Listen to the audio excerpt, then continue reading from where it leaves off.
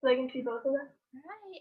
Hey, people, it's Tori Townley. Thanks so much for jumping on to the fourth episode of Kaleidoscope Eyes. I've got a really great friend named Miss Aisa Kessler. She's going to be joining us today. Hey, buddy. Hey, how's it going? Good, good. Good. I'm super pumped to have you on today. Thank you for, you've been like running around like crazy all It's day okay. I'm excited. on your way to work after this. So It's okay. Yeah. I'm so pumped. So just so people kind of know how I met you and kind of what today's going to Mhm. be all about, Birmingham Dream Center, you were a Highlands Yes. College student and ended Mhm. up choosing to be on my team, which was crazy. We like served in the cafe together, loved on people, and you and Bree planned the prom, which was Mhm. the most glorious day of our whole lives. More on that, we can share on that another day, but that was Yeah. cool. And now you're interning in the West End, Wild. which I want to hear a little bit more about soon too. Mhm. But I just love you so much in your heart, and you have such a richness of your soul. Like I tell you all the time, I love your authenticity. You have a grit to you that I don't know. I've just seen your compassion, but your strength mixed together. I've seen you take the toughest, bulliest men, putty in your hands because of your compassion. And so much to your life and your story. And I do have some like a practical twist on this particular podcast, which is talking about what it's like working in the restaurant business and being Mhm. a waitress server, because I think that's a niche that people maybe don't have a full awareness of what goes into that job and how hard it can be. Yeah. I asked you to be part of it, this conversation, for that reason, but I also want to give you a chance to share some of your story and who you are, because you have, like I said, such an incredible heart for people of all walks of life. So let's just give you a few minutes to give us a little bit about day-to-day Asa. What's your day-to-day life? Who are you? What are you all about? Yeah. So I'm Asa Kessler. I'm 19, but I turn 20 next week, actually, which is wild to me. I'm getting old. I am in Birmingham right now, interning for the new campus of Church of the Highlands. So my day to day has changed a lot in the past few months, which has been an interesting shift because I was at Highlands College. But right now, I'm working and going to school full time still. I'm getting my degree in human relations and then also interning. So my day to day is very busy and wild and crazy, but it's been a lot of fun lately. It's been very different, which has been cool. Um, yeah, my day to day is not the most exciting, but it's fun.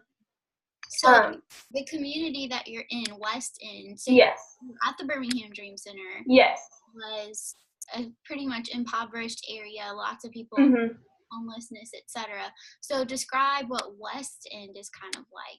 Yeah, so I wasn't expecting it to be as different as it is, which has been interesting and cool for me to learn about because I'd been in Woodlawn and at the Dream Center for 2 years. So I kind of had like this picture in my head of what it was going to be like. But there's one thing I've learned is that like every type of community is different, whether it's 15 minutes apart or not. So it's been really um, unique to be there because it's like nothing like I thought it was. Like I went in with this expectation and then it was completely different because the people here like they haven't been to church. I feel like in Woodlawn, a lot of times people have, or when I was there, the people I experienced had at least been in church, some. So we had like a foundation to go off of. But most of the people I've met in West End are like, I don't know what that even means. So that's been interesting, and it's a lot. It's a lot of kids. It's a every spread.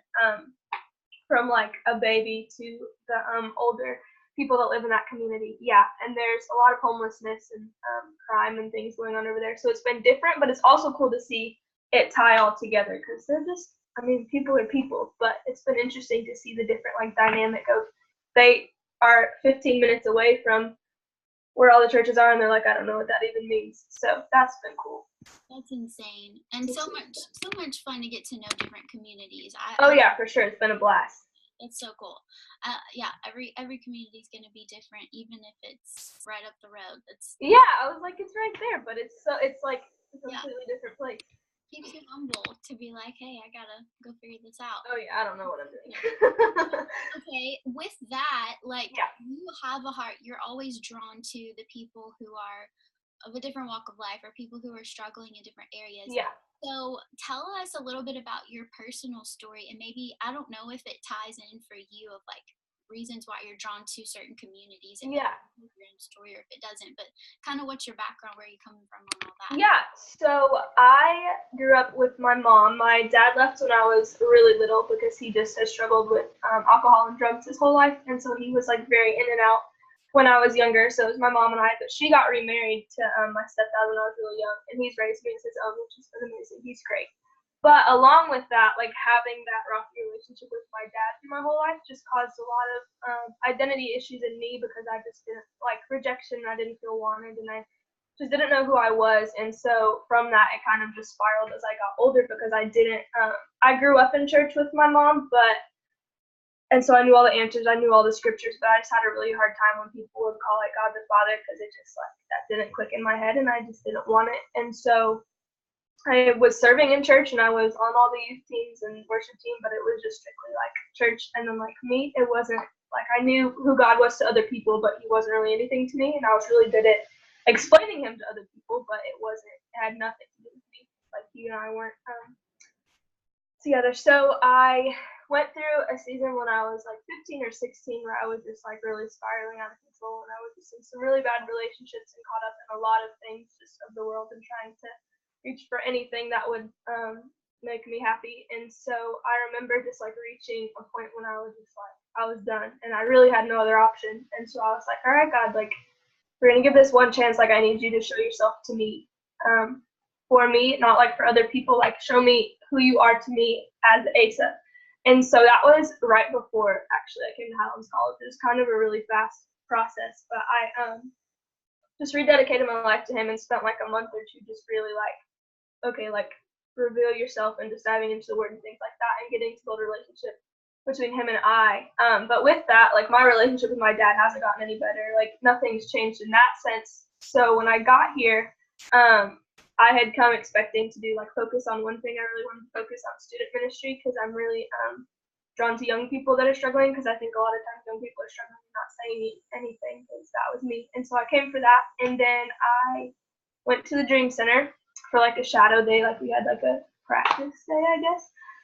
And so I walked in there, and then I knew as soon as I was there that I couldn't leave just because it was so full of broken people and people that are just in different walks of life. And like walking in, I just like first of all saw me, because I was like, that was me not that long ago, and I'm still trying to figure this out. And it's really hard to figure out on your own. But then also there were a lot of people struggling with addiction.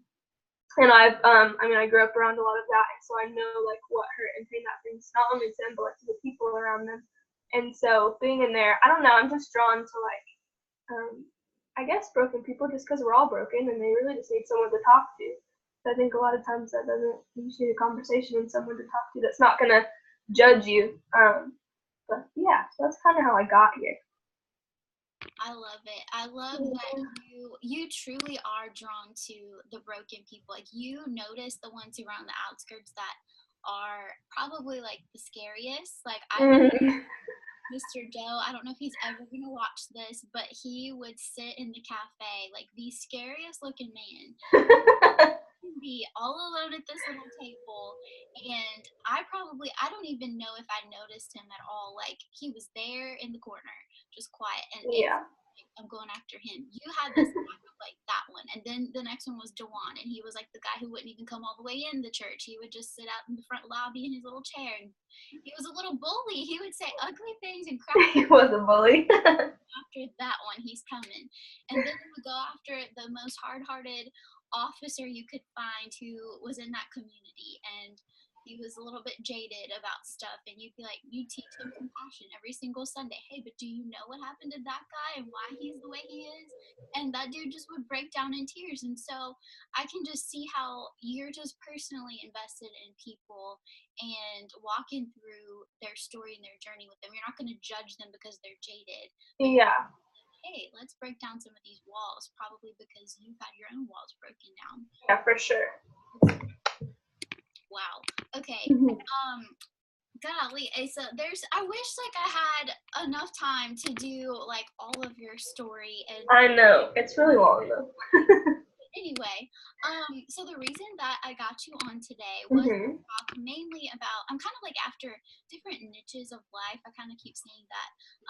So this podcast is all about just different circles that, like, people have their own groups of life, they have their own experiences, and I want Yeah. to connect with each other. So we're going to talk about race. We're going to talk about what's it like to have a child who has special needs. We're going to talk about blue collar career. How is Mhm. that significant, and what are the struggles we don't understand? And so one of the ones that's been on my heart is the restaurant industry and people who are working as waitresses and waiters, and they're just giving their life. They're usually, a lot of people who are in that are in a time of like, just, hey, I'm just trying to put food on my table, Mhm.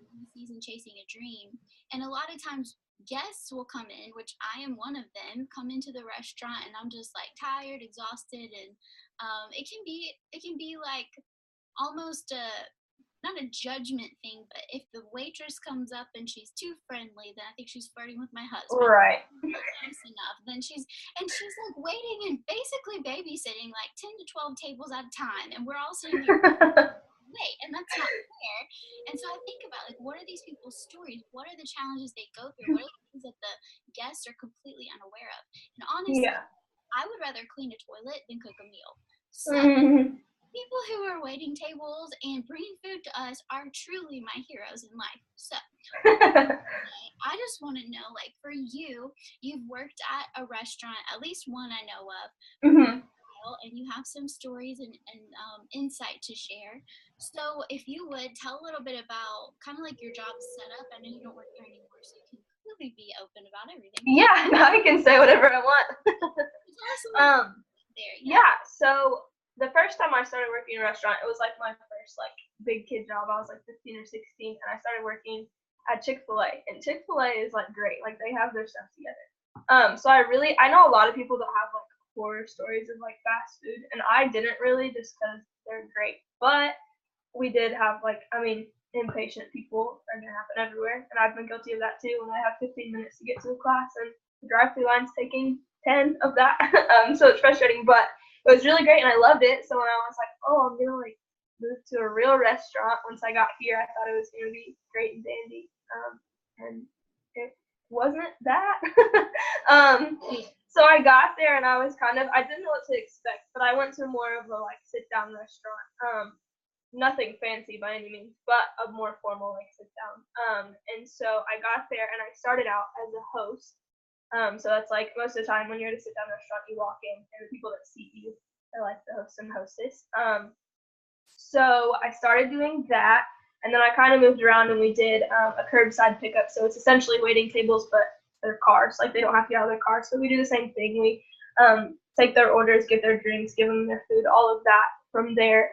So those are the jobs that I kind of did. And I was in the back a lot too, just for like bagging up the food to take to the people because we were responsible for that. So I was around the food a lot, but I also was up in the front a lot too. So I kind of feel like I got like both sides of it.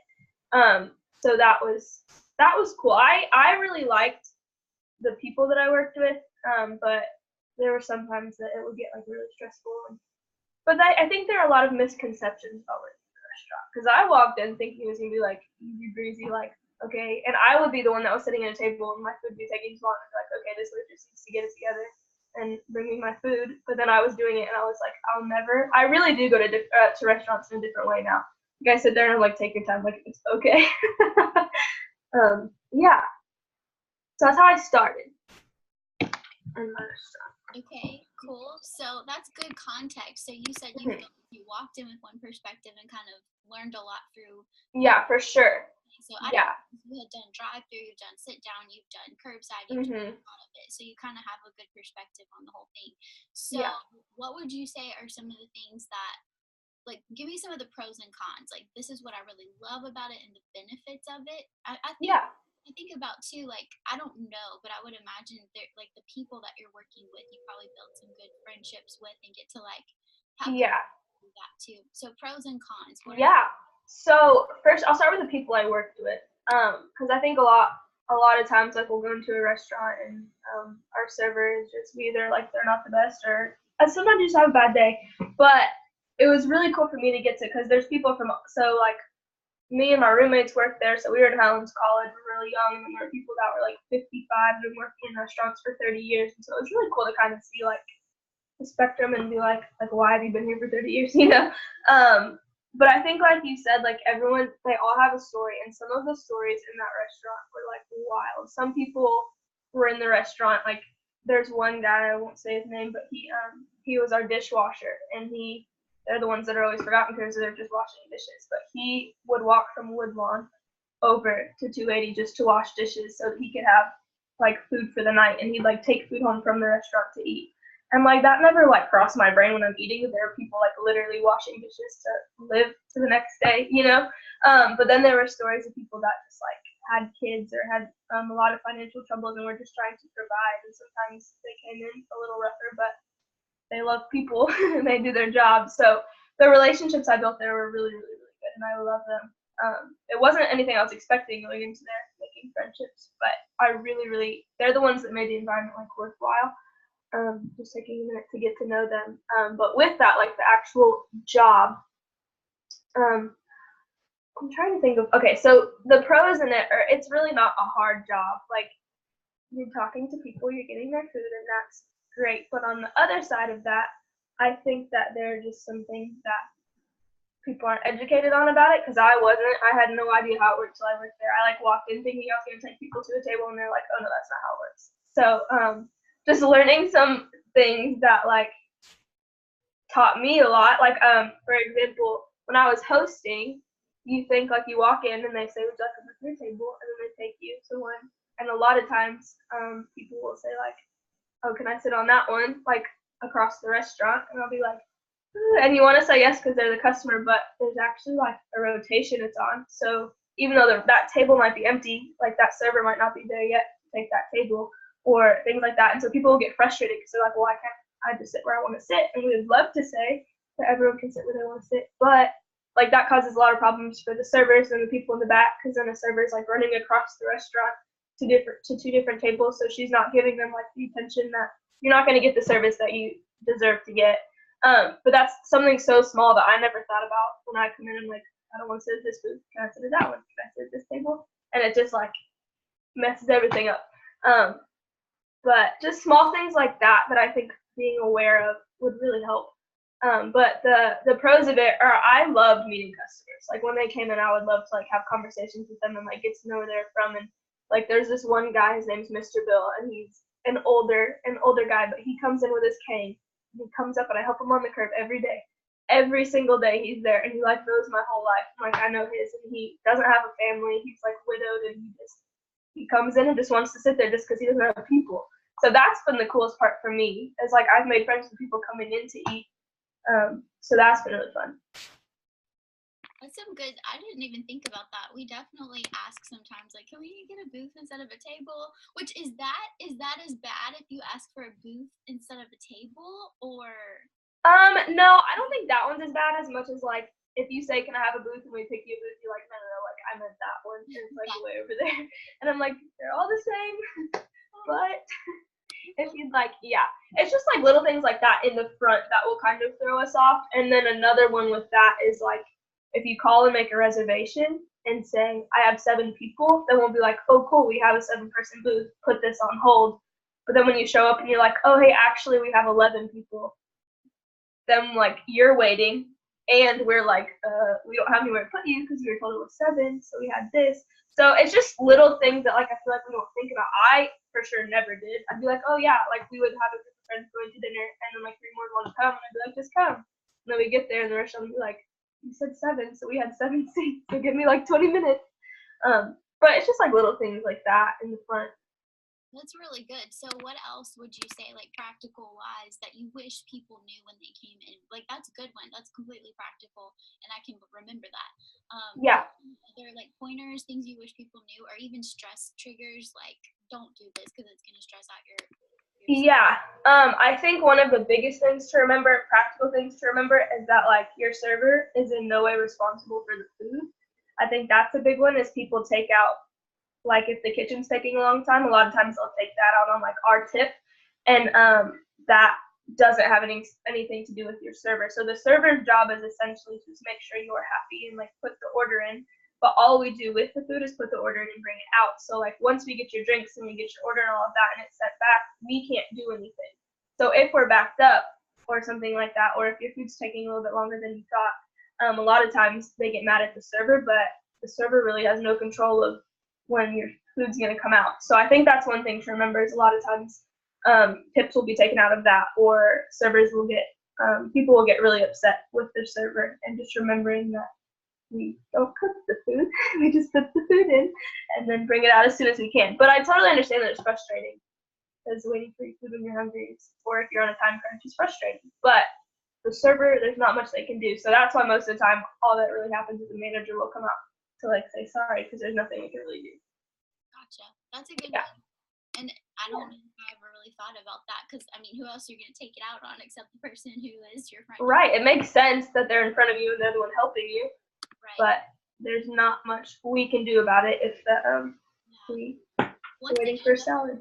I didn't really like is when the server would blame the kitchen and be like, oh my gosh, well, it's not my fault, this happened. Yeah. It always irks me really bad, because I'm like, okay, that it sounds like I get it that it's not, but I don't like that you're passing it on. Yeah, definitely you shouldn't say that. Definitely take responsibility for it, and they'll apologize, because sometimes we do wait too long to put the food in or something, and then that's why it's backed up, because we wait too long. So definitely servers shouldn't say that, but it is kind of like a balance of there's not really much I can do, but I'm sorry that this is happening, you know? Sure. So, okay, this one is going to be embarrassing, but have you ever seen anyone spit in food or do something nasty to food? Like the customers or the people in the kitchen? Like the workers who get mad at customers. I will not send food back. I will accept the order completely wrong, because I'm afraid of it. Yeah, I haven't seen, I'm trying to think. I have a lot of funny stories, not anything really like with the customers, because there's not, I mean, I've definitely seen people get mad. Like I've seen them walk back with a plate of food and like throw it at the wall, like because they're just over it. I bet they have spit in it and I just don't know about it. But I do know, like, because sometimes in the rare occasion, people think if they send their food back, they might get it for free. So they'll do it multiple times. And so they'll send their same plate back about 3 times, and so it's been recooked 3 times, and on the 4th time you're just like, I don't have anything left to tell you. So they'll come in really frustrated, and then that causes a lot of stress when it's sent back, because a lot of times that's like taken out on the server, because they're like, oh, maybe you put it down wrong, and you can obviously take the order down wrong and put it down wrong. But the biggest thing I've seen, like when it gets stressful, is like servers freaking out on each other, like in the back, and getting in fights and things like that, or like servers to the people that are like cooking the food, recooking the food, saying like, hey, I need this cooked up. They'll get frustrated because that's an extra meal. So no, I should ask if anyone spit, because that's kind of funny. We talk about it. It's been like a conversation of like joke too, but haven't ever acted on it, so that's good. Okay, so what would you say is like one of the hardest parts about the job, like the most challenging thing, the most stressful thing? I don't know, like, do you have to memorize the full menu? How do you memorize orders? Like sometimes I get nervous when they don't take the order down, because I'm one of those, I have a limit of, oh, that's another question I have.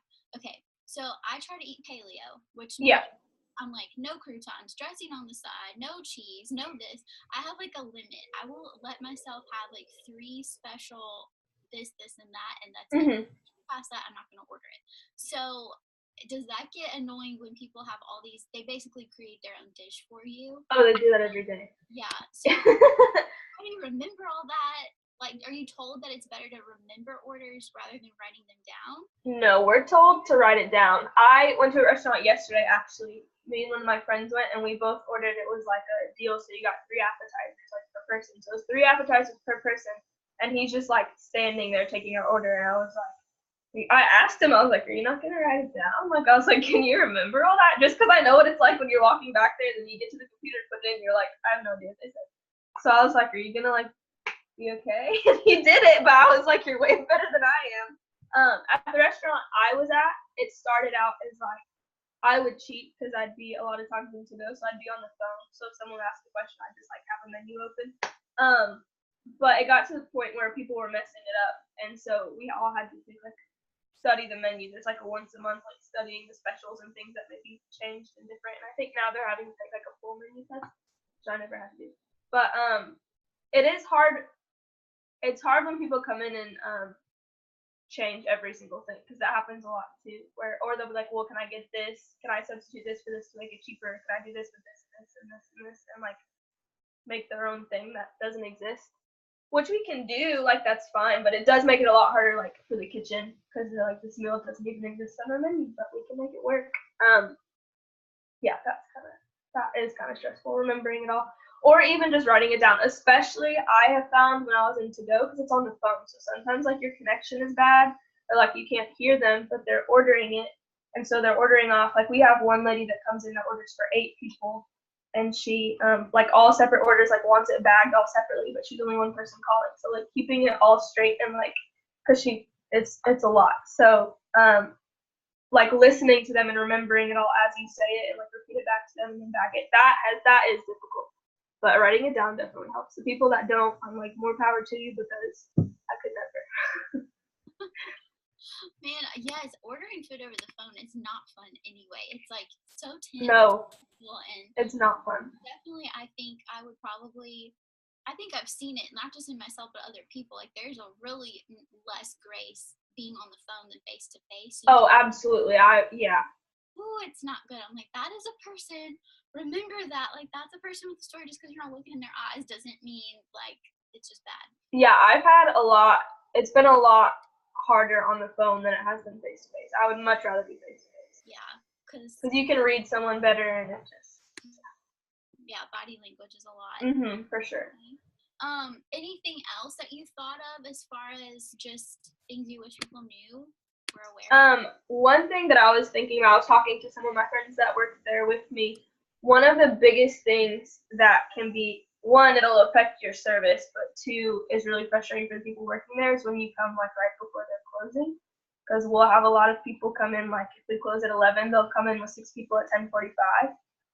But one thing that I think that I didn't even know until I got there, like I was like, okay, cool, I did my last table, I go home. No, like you have to stay and like clean your whole section and restock for tomorrow and clean the whole kitchen. So most of the time, like right before closing, they're not really expecting to have any more tables, which yes, we're still open, so of course come in, but maybe don't bring like 15 people in 5 minutes before you close, because then they're trying to clean the kitchen, but then they kind of have to start the whole process over. And then that is one thing that will get the servers more frustrated, is just having like, just being considerate of like when to come in and when not. If you have a bigger party, like if it's 2 people, it's really not that big of a deal. But we've had a lot of times when like a bus full of people from like a high school game will come in 5 minutes before we close, and that's just like, because then everyone's there for probably 3 more hours.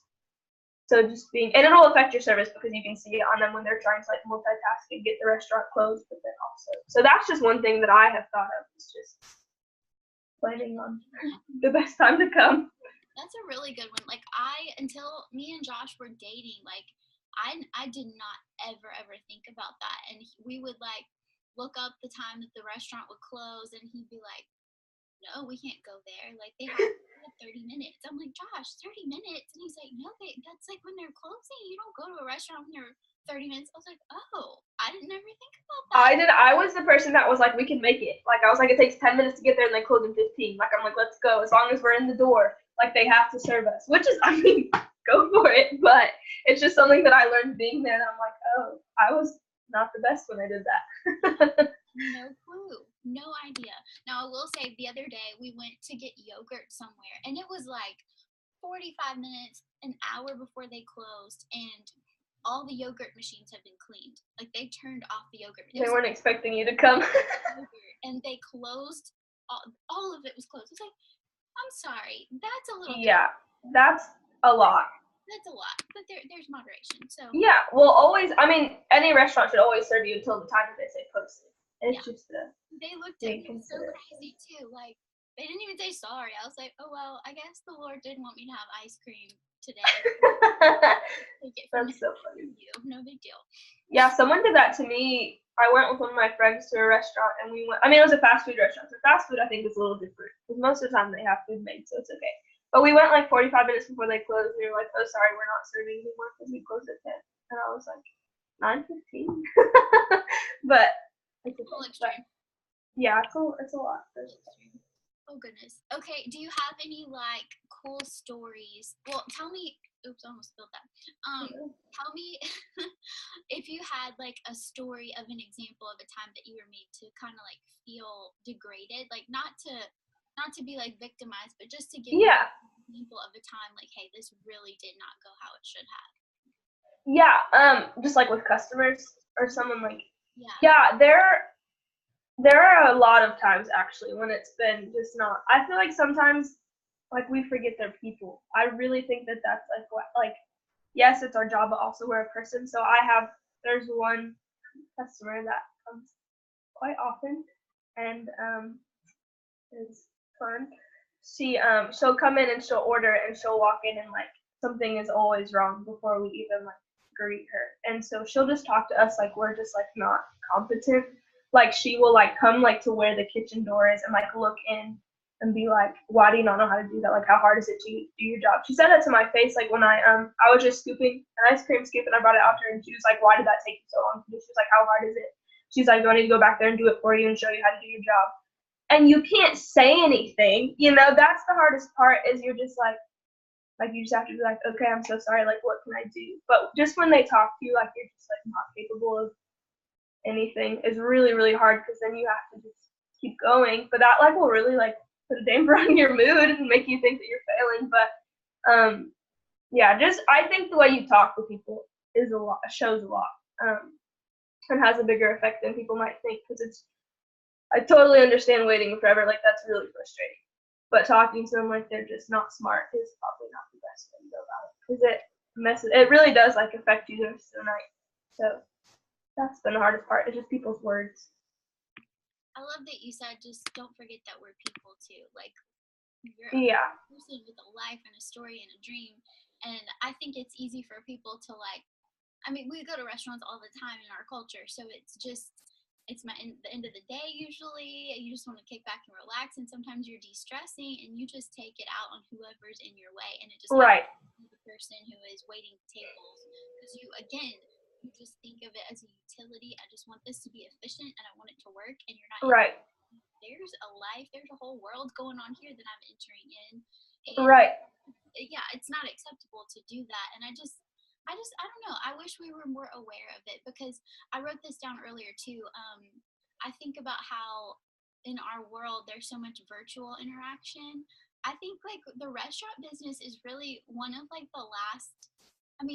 few arts where we're sitting there interacting with people that we don't. Yeah. That's one of the few, like shopping. People don't shop very much in stores. They shop online. Right.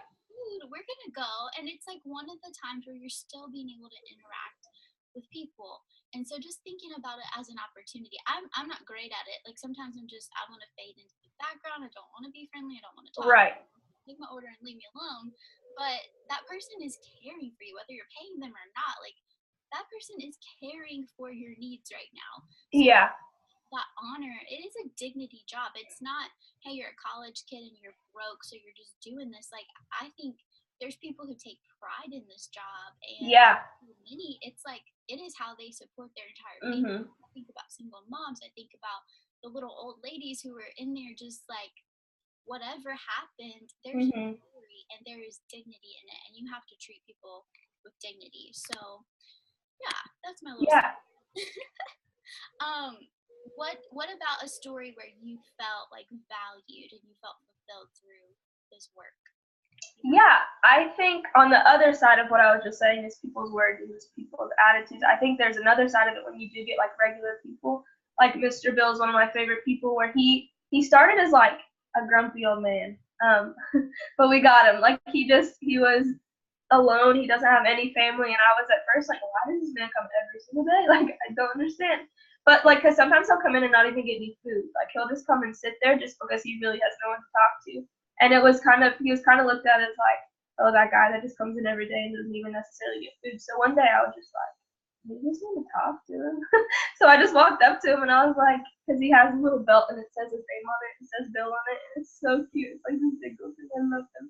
But anyways, I walked up and I just like introduced myself. We ended up talking like for the rest of the night, and now he's like one of the best people. Like he always comes in and always makes a point to talk to me. And on Valentine's Day, he got me a box of chocolates. And he like walked in and he brought it to all of like the servers that he's ever had. He just said, "Because you're working on a night that like you shouldn't be."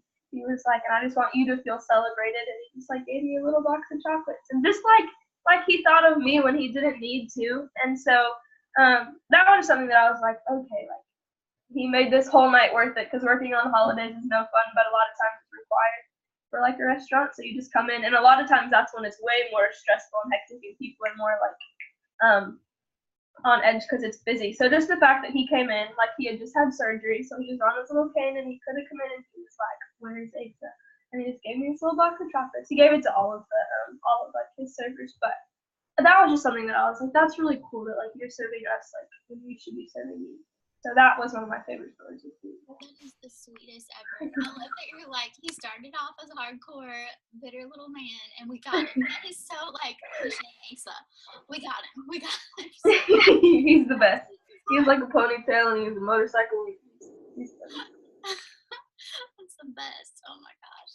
So I love that. Like, it's just, if we go into it with an opportunity, it is something. The reason I wanted to do this is just like, it's something you don't think about on an average. Yeah. Unless you're in it. Like, the only reason I started thinking about it is because me and Josh have this thing of like, okay, like we'll sit there and be like, that was really good. That waitress is really good. Like, she's efficient on this. Or she's kind of slacking here. And I was like, man, you don't think about these people and what they're going through. So if you come into it with, I have an opportunity to encounter someone, just like you, Asa, are probably looking for like, who am I meeting tonight? Who are these stories? Who are these people? And you probably have to teach yourself and coach yourself. All right, let me think. Oh yeah. It's a life thing. It's not just everything in life is a ministry opportunity to love somebody. It is. So as much as if I don't know who's watching this, if it's someone who has worked in this business, who's just coming in to eat every Friday night, I don't know. Just thinking about it as the next hour and a half is a chance to interact with somebody that I don't know and encourage them. I just think that it could be, I don't know, some of the coolest things could happen. Stories like Mr. Bill could happen more and more if we just opened up our hearts a little bit. Yeah, I'm actually really grateful that I worked there, because now every time I go into a restaurant, I'm kind of like, I see it through different eyes, I guess, because I've experienced it. But I've met like a lot of people in restaurants that when you just are like, take a second and you're like, how are you doing? Like, how's your day been? Like, they get shocked. Like, their faces are like, why are you asking me that? Because they're at work. But sometimes I'm like, take a second. Like, we're okay. Like, how is your day going? And they'll change. Like, your whole experience will be different just because they're like, people are noticing me. But it's not something that runs to their brain. And a lot of times the people in the industry are going through a rough season, like financially. It'll be like they're working 3 restaurant jobs just trying to like pay their bills or something. Like, I know so many people like that it's like their second or third job, and so by the end of the day they're just exhausted. But people just being like, how are you? Or like sometimes people write like, you did a great job on your receipt, and like they come in and they show everyone. Like, they'll come in the restaurant and be like, they thought I did a good job. Like, every time, like they notice those things, we notice those things. And I just think remembering like, people are people. I love that. I love that you said that, because sometimes I will write on the receipt, but then other times I'm like, that's so cheesy. Like, no, they love it. So that's good to know. It's like celebrated in the back. That's cool. Yeah, they take it to everyone. To ever get taken as a flirtation type of thing, like the friendliness, I'm always like aware, of course, of opposite gender, how to be encouraging and make conversation and be friendly without crossing a line and being like, oh gosh, I hope they don't try to. Like, if you're a girl and the waiter's a guy type thing? Yeah, or vice versa. If Josh is like, he's alone ordering the food, what are the boundaries there? Are there any? Yeah, I think you just have to, I don't know, use discernment. They're like, all the time when we serve tables and we pick up their receipts, there are phone numbers, and they're like, call me. Like, all the time. Or you have like people that will come in and be like, I need that person, because I thought of him last time you walk in, you're like, but just because they're trying to like slide in there. But I'm like, there's not really, I mean, yes, there's a balance, but I think that they just know, because it's not anything, it happens all the time. unfortunately, where they're just have to use discernment, I guess, like you would anything else in life. yeah. But I love that it's just practical things. Like just be thoughtful and open and work hard. It doesn't have to be like $1,000 tip, which probably would be great if somebody wanted to do that. But Right. Go ahead. next time, if you ever go back into the restaurant business, you have to let us know where you are, and I will repost this podcast and tell everyone Aisa at so and so, and bring her a large tip and some flowers. Yeah. We'll do that. Cool. Okay. Anything else? Any other like tips or stories or anything you wanted to make sure people knew about? I don't know. I think we covered most of it. Just not taking it too seriously, and they're trying the best. I mean, one thing I will say is like there's always like an exception. Like sometimes there are people that just like don't want to do their job, and like that's not because I think some people are like once they know about the restaurant or they've worked in one, they're like so terrified to like say anything to the manager or something like that. But sometimes it happens. You know what I mean? Like you have to use your discernment of like, okay, maybe they're having a bad day, but also this is their job. And so, like I had to go. I was at a restaurant the other day with a few friends, and our service just like wasn't good. And I was like going back and forth, and I was like, but I feel like they need to be notified so that the next person doesn't have this experience too. So like I feel like there's a way to go to like the manager or someone in a good way and not like bashing it and being like, hey, just so you know, like this happened or like this may have, just not being afraid of, because I feel like there are two sides. Either like don't send feedback because you're scared, but it might actually be really bad, or like you're just really mean because you know what I mean. But I think that there's a balance of if something's wrong, say something, but also don't be mean for no reason. That's very good advice. Like, because I would always err on the side of, like I said, not go say, don't want you to spit my food. I'm good. Yeah.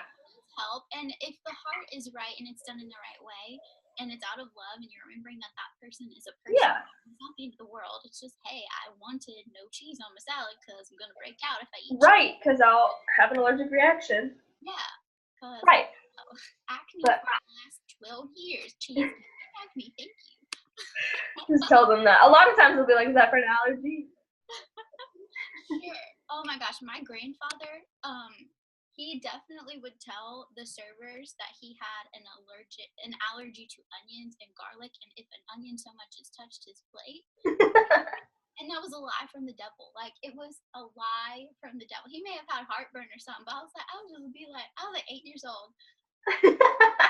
Right now, but it worked. Like, they listened, but this is so funny. That's funny. Terrible. I haven't gone that far. I've swung the other way. Whatever. I'll pick the cheese off. That's what I do. I'll get like, because there's a lot of things I don't like on salads, so I'll need like 4 things taken off, but I'll say like 1, and they'll bring it, and I'll just take the rest off like by myself. Same thing. I have a whole plate of cherry tomatoes and cream. Yeah. Yeah. And he loves it. It's fine. We share. That's funny. Cool.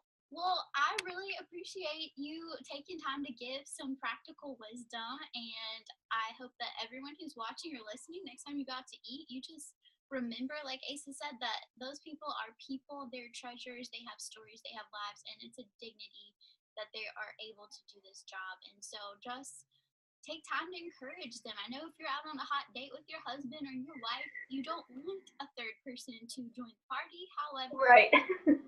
They're not going to hang out at your table all night. They might. I've had that happen like once, and it was a lot. But anyway, just take an opportunity. That's like, why not? Why not? Yeah. Nothing that you're going to lose from it. So, Aisa, thank you so much for your time.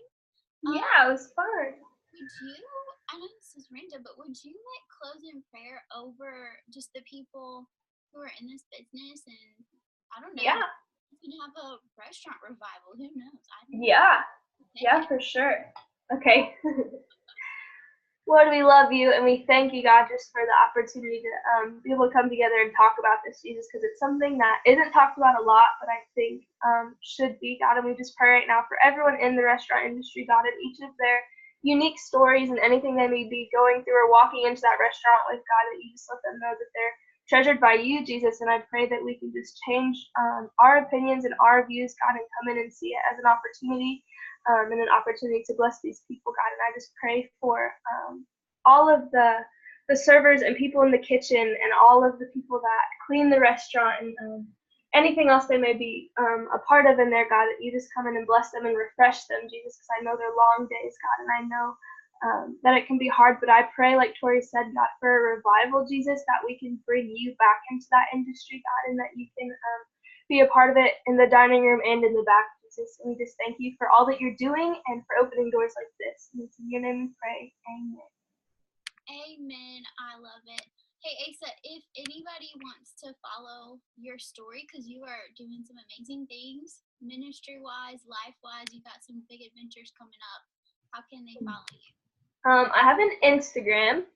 It's Aisa, A-I-S-A, it's Asia backwards for anyone that needs to remember that. And then dot Kessler. And then I also have a Facebook, so that's not very exciting. The best way is probably Instagram. Probably so. You're really great at Instagram too. Oh, I forgot my favorite questions. Okay, real fast. Yeah, I'm good. What's your middle name? I know it, but everybody needs to.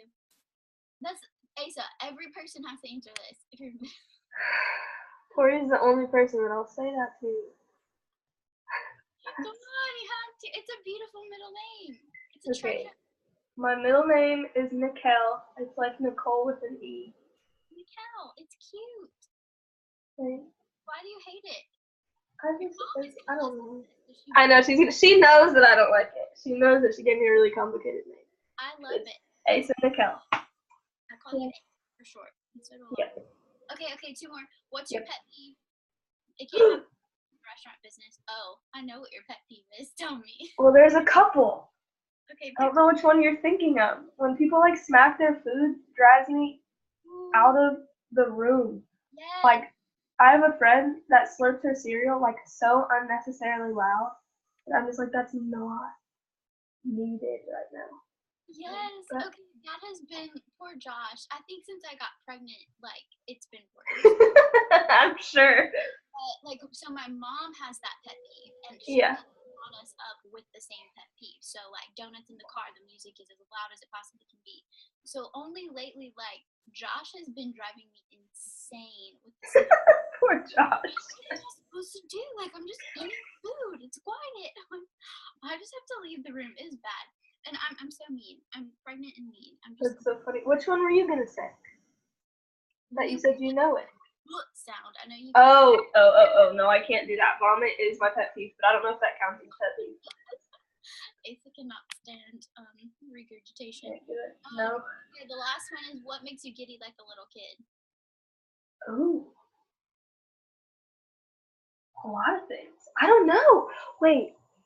I think being with people, like fun people just make me, I don't know, like meeting new people in like different stages of life just like fires me up. Like I'm like, your story's like so cool and I'm so happy that you took the 5 minutes out of your day to tell me that. Like I'll be like stoked for the rest of the day when I meet someone new.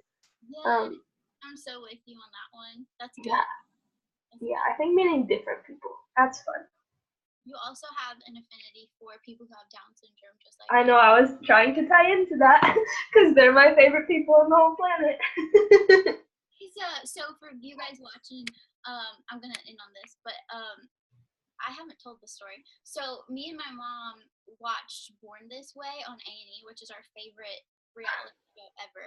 And I got on one of their email addresses. So Sean, he has like his own t-shirt company, and I get all of his emails. And he's like, "Hey, I have a pop-up shop happening," and it was like right around the corner from where I was in California that day. And so me and my mom go to the shop. I'm like, yes, I'm gonna get to meet Sean and get a t-shirt. It's gonna be awesome.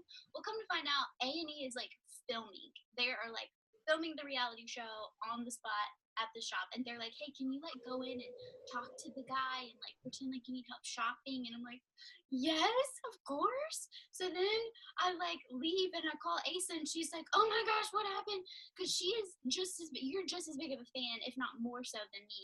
So I timed you, and we went back to the shop, and then you like met all of the family, and it was. And they sent me a t-shirt with you. Oh yeah. I have it. I should have worn it. Did you get your poster? Your sign? Yeah. Poster? Yeah, it's really big, so I don't have it up right now, but I have it. It's huge. It's huge. I don't even know where mine is, but it's. And you made it on the show.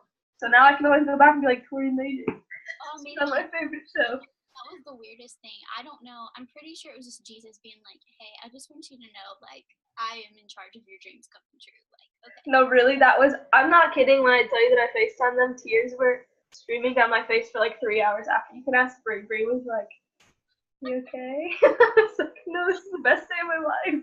My mom was laughing so hard at me. She was like, I've never seen you. You don't fangirl. I have never seen you act like such a dork and a child. And I was like, I don't know. I just love them so much. I love them. They're beautiful people. I know. Okay, well, I love you so much, and I hope that you have a great afternoon going to your second job, right? So much. Yes. Okay. Yeah. Going to work. We love you.